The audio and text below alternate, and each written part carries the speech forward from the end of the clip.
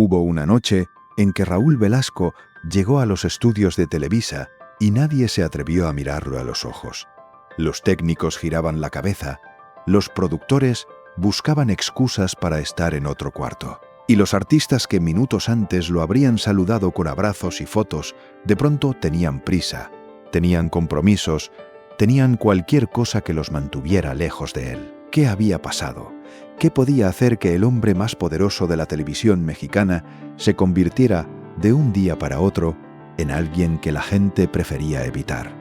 Eso es lo que vamos a descubrir hoy, porque la historia de Raúl Velasco tiene una cara que millones de mexicanos conocieron. El conductor elegante, el hombre de traje impecable, el descubridor de talentos, que durante décadas fue el guardián del sueño de cualquier artista latinoamericano. Pero detrás de esa cara había otra, y esa otra cara, Televisa hizo todo lo posible por enterrar. Suscríbete a este canal antes de que sigas viendo, porque lo que vamos a revelar hoy es el tipo de historia que los medios tradicionales nunca contaron completa. Las historias que duelen, las que explican por qué algunas carreras florecieron y otras se apagaron de golpe, sin explicación. Si alguna vez te preguntaste por qué ciertos artistas desaparecieron del mapa después de pasar por siempre en Domingo, este video tiene respuestas que llevas años buscando. Raúl Velasco Gómez nació el 24 de abril de 1933, en Celaya, Guanajuato. Creció en una familia de clase media, estudió Derecho aunque nunca ejerció, y llegó a la radio primero, como tantos comunicadores de su generación. La televisión llegó después, y cuando llegó, ya no la soltó.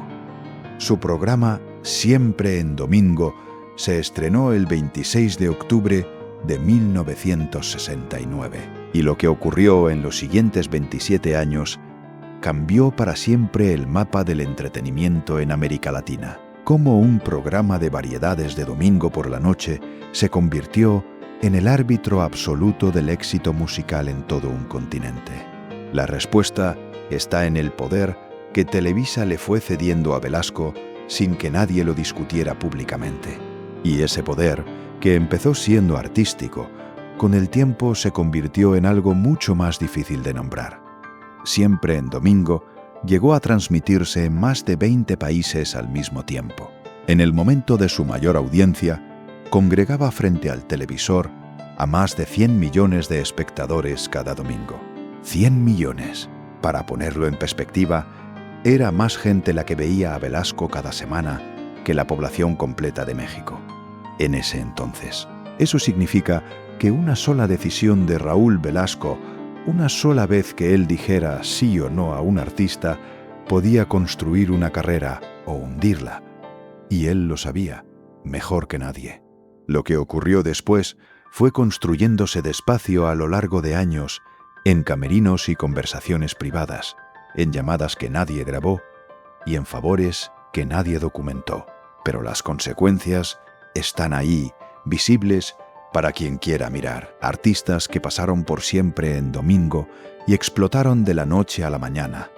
Artistas que también pasaron por siempre en Domingo y no volvieron a aparecer jamás. Y en muchos de esos casos, la diferencia entre unos y otros no estuvo en el talento. Entonces, ¿en qué estuvo? Para entenderlo, hay que meterse adentro de cómo funcionaba ese programa. Siempre en Domingo no era solo un show, era el mecanismo central de distribución de fama en América Latina. Los disqueros lo sabían, los managers lo sabían, y sobre todo, los artistas que empezaban lo sabían.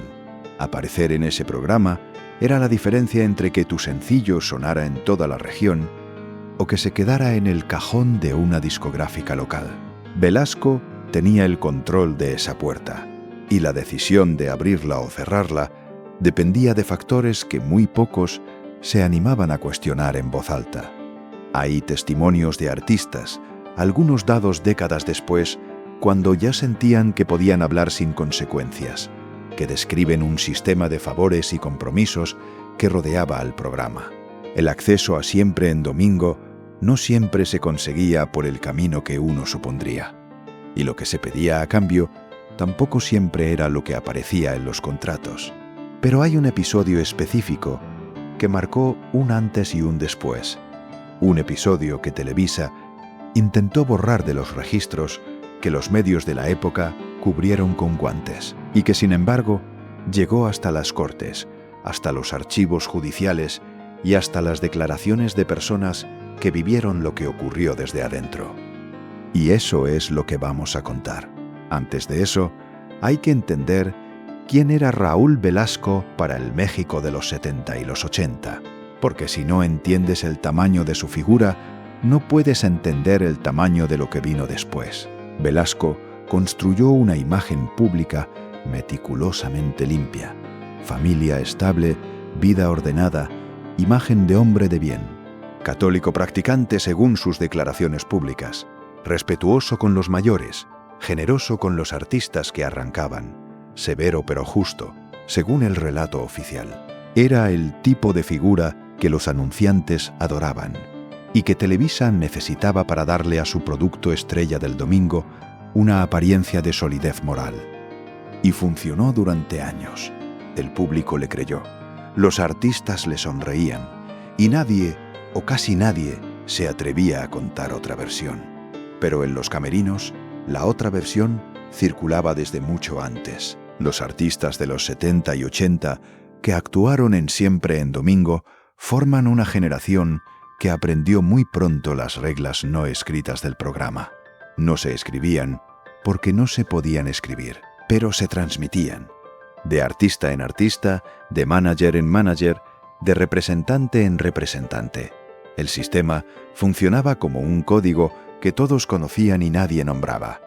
¿Qué decía ese código? Básicamente, si quieres entrar, tienes que pasar por Velasco. Y pasar por Velasco significaba aceptar sus términos. Los términos artísticos, sí, pero también los otros. El año que más se repite en los testimonios que fueron saliendo con el paso de las décadas es 1991. Ese año, algo que había funcionado en silencio durante años, empezó a fisurarse, y la fisura llegó desde donde Velasco menos la esperaba. Una cantante joven cuyo nombre aparece en documentos judiciales de la época, aunque nunca fue el centro de una cobertura mediática amplia, presentó una denuncia formal, en la que describía una dinámica que, según ella, había vivido en el contexto del programa. La denuncia describía presiones para mantener una relación personal con Velasco a cambio de aparecer en el show. Presiones que, según el documento, habían comenzado cuando ella tenía 19 años. La denuncia llegó a manos de la Fiscalía, y ahí fue donde Televisa desplegó lo que la empresa sabía hacer mejor en esos años: contener. ¿Cómo se contiene una denuncia judicial en el México de 1991? Con abogados, con influencias, con el peso de ser la empresa más poderosa de comunicación del país. El caso se diluyó en los meandros del sistema. La cantante desapareció del mapa mediático en cuestión de meses, y el programa siguió al aire con Velasco al frente, como si nada hubiera ocurrido. Pero algo había ocurrido, y las personas que estaban adentro lo sabían. Lo que vino después fue un ajuste de comportamientos.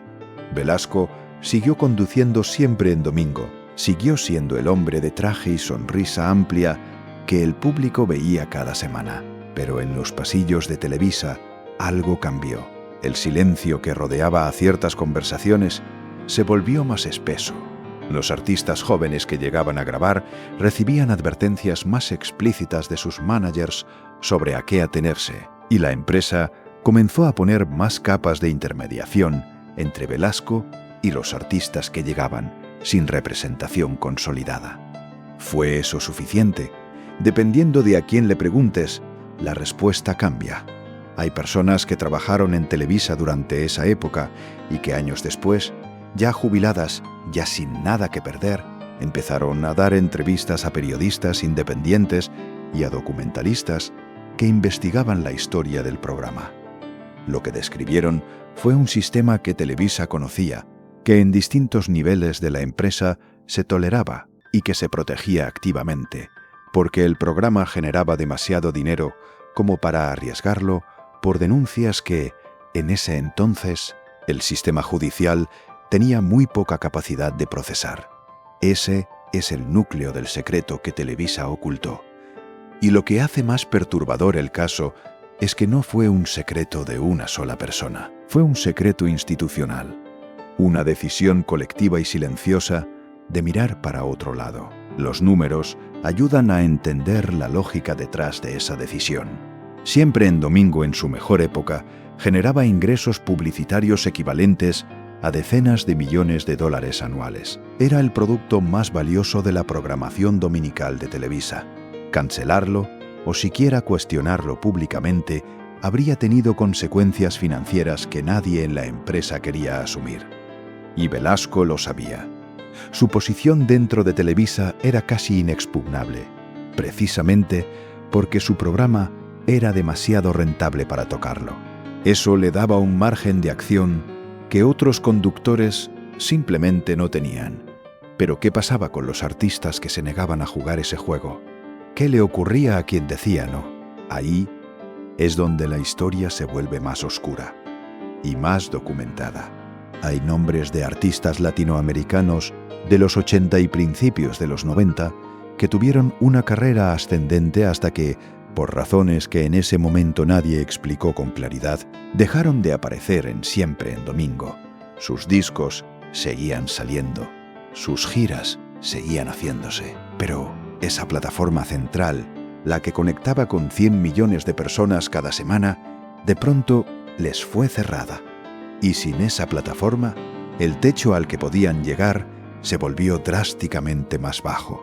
Algunos de esos artistas esperaban que la situación se resolviera sola. Otros intentaron conversaciones con productores del programa. Algunos mandaron intermediarios. Y en los casos en que se documentó lo que esos intermediarios regresaban a contar, el mensaje era siempre parecido. El problema no era musical. El problema era personal. Y para resolverlo, había que resolver primero lo personal. Lo que eso significaba concretamente, nadie lo ponía por escrito. Pero todos entendían qué significaba.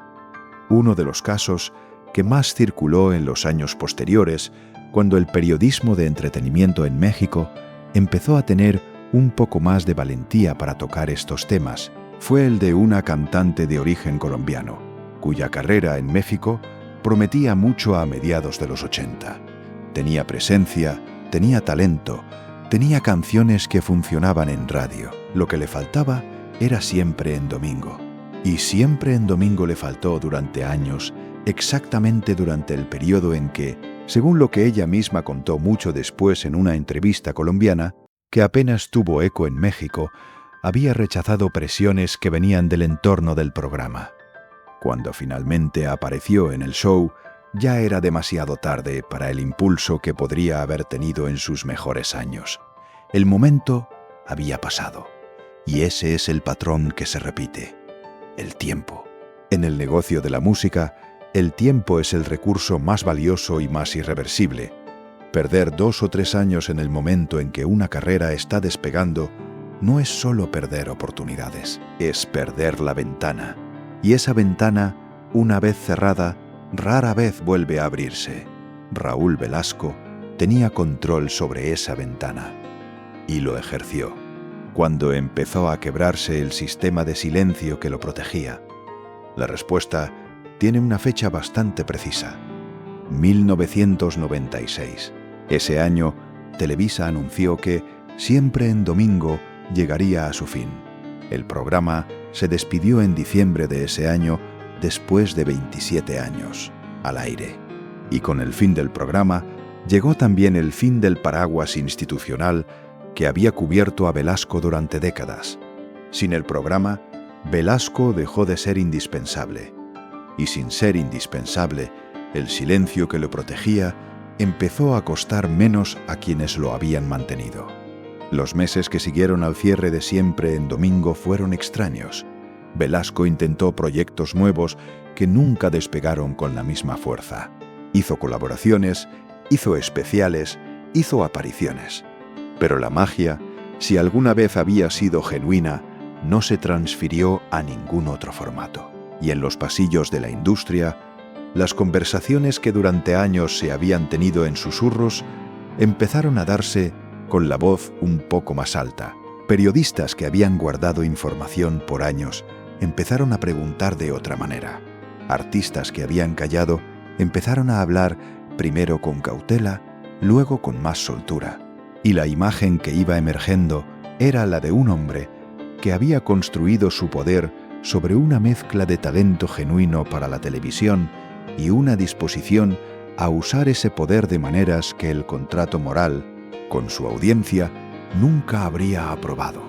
Raúl Velasco murió el 26 de noviembre de 2006 en Guadalajara, a los 73 años, de complicaciones derivadas de una neumonía. Para ese momento, la televisión mexicana ya había cambiado lo suficiente como para que su figura perteneciera a otra época. Las redes sociales empezaban a cambiar las reglas del juego. El monopolio informativo que había protegido a Televisa durante décadas estaba siendo perforado por 1000 frentes distintos. Pero la muerte no cerró el debate, lo reabrió. Los obituarios fueron, como siempre ocurre con las figuras de ese tamaño, una mezcla de homenaje y silencio selectivo. Los medios grandes destacaron lo que querían destacar: los artistas descubiertos, los años de audiencia, el impacto cultural.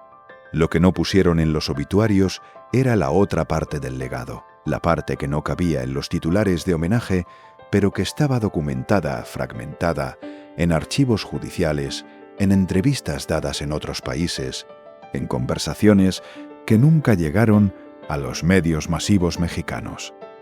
Esa parte del legado siguió circulando por canales más pequeños, por periodistas independientes, por documentalistas que entrevistaron a docenas de personas del entorno del programa, por artistas que ya en sus 50 y 60 años podían hablar de lo que les había pasado cuando tenían 20, con la distancia suficiente para nombrar las cosas por lo que fueron, y lo que nombraron con términos que en los 80 no se usaban públicamente, pero que hoy tienen un nombre claro, fue abuso de poder, sistemático, sostenido, protegido institucionalmente. ¿Televisa lo sabía? La respuesta honesta es que en distintos niveles de la empresa, personas distintas tenían distintos grados de conocimiento. Había quienes sabían todo y callaban por conveniencia.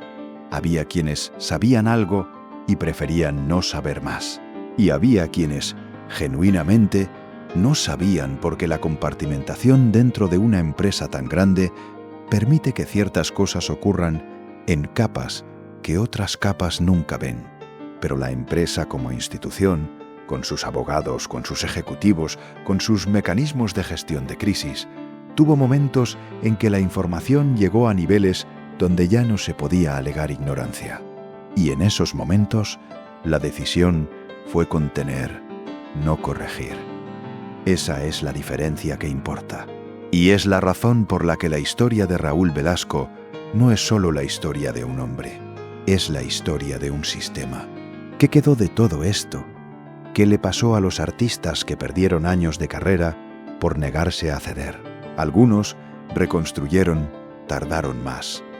Llegaron por otro camino, encontraron mercados alternativos o géneros distintos donde el peso de Siempre en Domingo era menor. Algunos tuvieron carreras largas, aunque nunca alcanzaron el techo que podrían haber alcanzado. Otros sencillamente salieron de la industria y no volvieron. Hay un nombre que aparece repetidamente en las conversaciones sobre este tema y que merece un espacio propio. Una actriz y cantante que a finales de los 80 tenía todo para ser una figura de primer nivel en México. Talento comprobado, discos en circulación, presencia escénica que los que la vieron en vivo describían como arrolladora, y que sin embargo nunca terminó de despegar en ese mercado. Años después, en una entrevista larga dada a un medio independiente, habló de reuniones con personas del entorno de Siempre en Domingo, donde se le dejó claro que su acceso al programa dependía de su disposición a tener una relación personal con el conductor. Cuando ella se negó, las puertas del programa se cerraron Y cuando las puertas del programa más importante de la televisión latinoamericana se cierran para una artista en pleno ascenso, el daño es difícil de cuantificar, pero muy fácil de ver en retrospectiva. ¿Hubo más casos? La pregunta es casi retórica. La lógica del sistema garantizaba que los hubiera. Cuando el abuso de poder opera dentro de una estructura que lo protege, quien lo ejerce no tiene incentivos para limitarse. Al contrario, la impunidad tiende a expandir el comportamiento, no a contenido. Y el sistema en torno a Siempre en Domingo protegió a Velasco durante 27 años de programa más varios años posteriores, hasta su muerte. Eso es tiempo suficiente para que un patrón de comportamiento afecte a docenas de personas en distintos momentos y de distintas maneras. Hay algo que resulta particularmente revelador cuando revisas las entrevistas que Velasco dio a lo largo de su carrera. Era un hombre articulado, que sabía manejar una cámara, que sabía construir un relato público de sí mismo con precisión. Hablaba de los artistas que había descubierto con el tono de quien ha hecho un servicio al mundo. Se presentaba como un hombre que dedicó su vida a dar oportunidades. Y en parte era verdad. Sí descubrió a artistas, sí dio oportunidades. El problema es que esas oportunidades no eran tan gratuitas como el relato oficial sugería. Hay una frase que personas de su entorno repiten cuando recuerdan cómo hablaba Velasco de su propio poder. Yo hago y deshago. La frase circula en distintas versiones y con distintos atributos, pero el sentido siempre es el mismo. Era un hombre que tenía plena conciencia de lo que su posición le permitía hacer. Y esa conciencia, con el tiempo, se convirtió en una forma de ver el mundo donde los demás existían principalmente en relación con lo que podían darle o lo que podía darles. Ese tipo de visión del mundo, cuando se combina con poder real y con impunidad institucional, produce exactamente el tipo de daño que décadas de testimonios documentan en el caso de Velasco.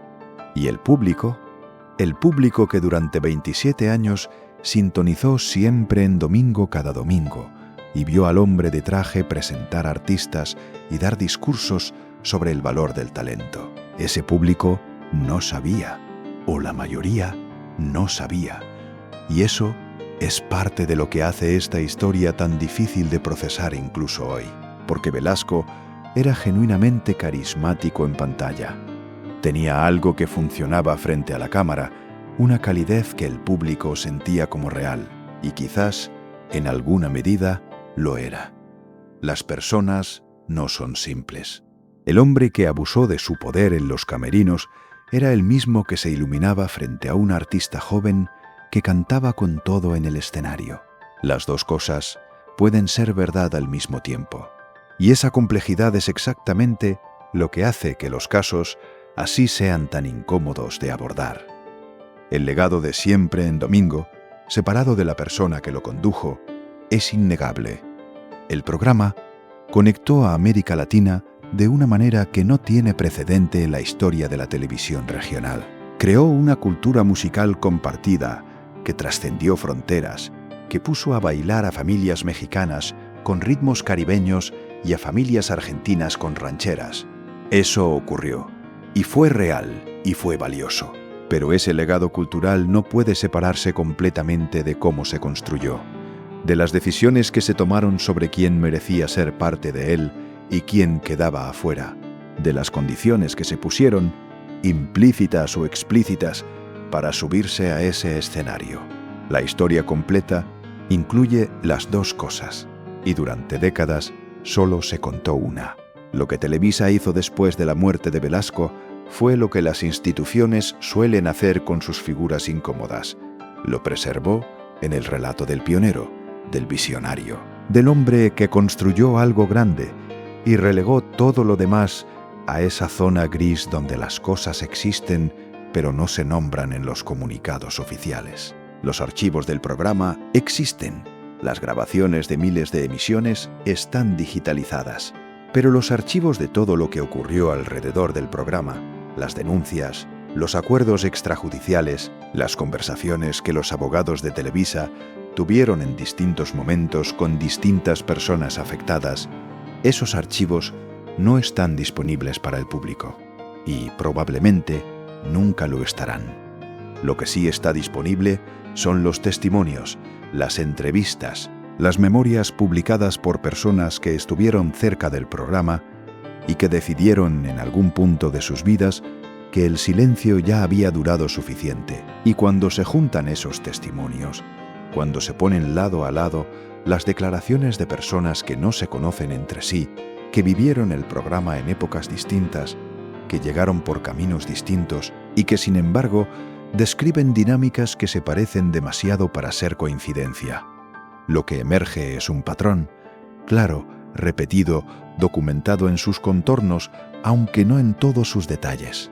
Ese patrón es lo que Televisa intentó borrar, y en parte lo logró, al menos durante las décadas en que el control sobre los medios de comunicación era suficientemente sólido como para decidir qué se contaba y qué no. Pero los secretos que involucran a muchas personas tienen una particularidad. Cada persona que los guarda es un punto de fuga potencial, y con el tiempo los puntos de fuga se multiplican. Las personas envejecen, cambian de perspectiva, pierden el miedo o simplemente deciden que ya no quieren morir cargando con algo que no fue su culpa. Eso es lo que pasó con la historia de Raúl Velasco. Fue saliendo, despacio, a pedazos, sin la contundencia de una investigación periodística centralizada, pero saliendo. Y hoy, con la distancia de los años, con la posibilidad de revisar testimonios que antes no existían y de conectar puntos que antes estaban dispersos, la imagen que queda es la de un hombre que fue dos cosas al mismo tiempo durante toda su vida pública: el arquitecto de algo culturalmente real y valioso, y el abusador de un poder que nadie cuestionó mientras duró. Ninguna de las dos cosas cancela a la otra, pero tampoco se puede contar una sola. La televisión mexicana de esa época tuvo muchas figuras que ejercieron poder de maneras que hoy no serían toleradas. Velasco fue una de ellas, quizás la más visible por el tamaño de su plataforma. Pero el sistema que permitió que eso ocurriera no lo construyó él solo. Lo construyeron todos los que sabían y callaron. Todos los que vieron y miraron para otro lado. Todos los que calcularon que el costo de hablar era más alto que el costo de guardar silencio. Y ese cálculo que cada persona hizo individualmente, sumado al de todas las demás personas que hicieron el mismo cálculo, produjo 27 años de impunidad institucional alrededor de un programa de televisión del domingo por la noche. Eso también es parte del legado, y eso también merece ser contado. La próxima vez que alguien ponga una grabación vieja de Siempre en domingo, cuando aparezca Velasco con su traje y su sonrisa, y su manera de hacer que todo pareciera fácil y brillante, es posible que la imagen sea exactamente la misma que siempre fue. Pero lo que sabes sobre esa imagen ya cambió. Y eso es lo que pasa cuando una historia se cuenta completa.